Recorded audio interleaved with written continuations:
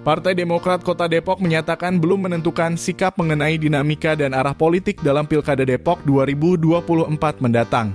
Namun menurut Ketua Dewan Pimpinan Cabang Partai Demokrat Kota Depok Edi Sitorus, komunikasi dengan beberapa partai politik di Kota Depok sudah dilakukan. Ditemui usai acara buka puasa bersama di kantor DPC Partai Demokrat di wilayah Sukmajaya, Jumat 5 April 2024. Edi Sitorus menyatakan bahwa calon wali kota Depok pada periode mendatang harus orang yang benar dan tepat untuk membawa kemajuan kota Depok di berbagai sektor.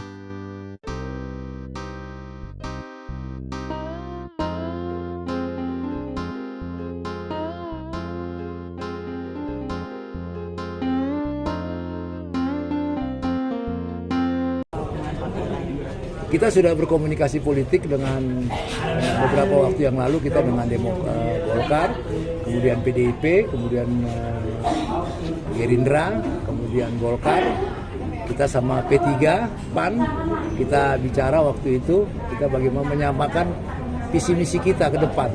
Kita ingin ke depan tidak lagi memilih calon kepala daerah yang nantinya juga ini akan menjadi persoalan Depok, karena jujur begitu besar tingkat Depok ini seperti bagi investor itu sangat terkesan, jadi banyak sekali investasi masuk ke Depok, mungkin dengan adanya juga jalan tol, dan ini kalau tidak dipersiapkan wilayah kita ini menjadi persoalan. Pertumbuhan penduduk kita juga cukup bagus, cukup banyak, ya kan, maka ini akan menjadi persoalan kalau kita nanti partai-partai politik hanya sekedar mengikuti konstelasi pilkada, tapi tidak memikirkan bagaimana calon wali kota yang memang punya kemampuan dan mau nanti untuk membangun kota ini dengan baik. Berarti yang mau nanti penjaringan Demokrat itu harus membawa visi misinya dulu gitu ya, kayak proposal lah gitu. Kita minta orang yang punya kemampuan, tentu pengalaman dan juga orang yang mengerti pemerintahan lah.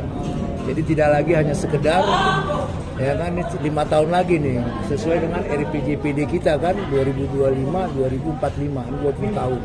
Nah ini kalau nggak kita benahi dari mulai dini, tentu pembenahan wilayah itu kan kepala daerah. Jadi kita udah sepakat kemarin dengan partai-partai politik bagaimana upaya kita. Jadi kita juga mencalonkan dengan figur-figur yang punya kemampuan lah. Bukan hanya kemampuan finansial, tapi kemampuan intelektual, kemampuan sumber daya, dan lain sebagainya. Dari tokoh-tokoh yang udah beredar di masyarakat, ada Demokrat ada yang dibidiknya?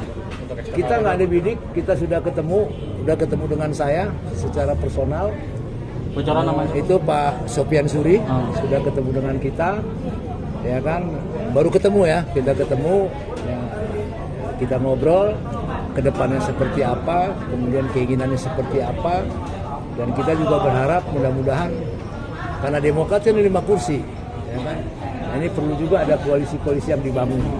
Nah kemarin yang kita bicara itu dengan 6 partai itu tidak mengarah kepada person calon, tapi bagaimana konsep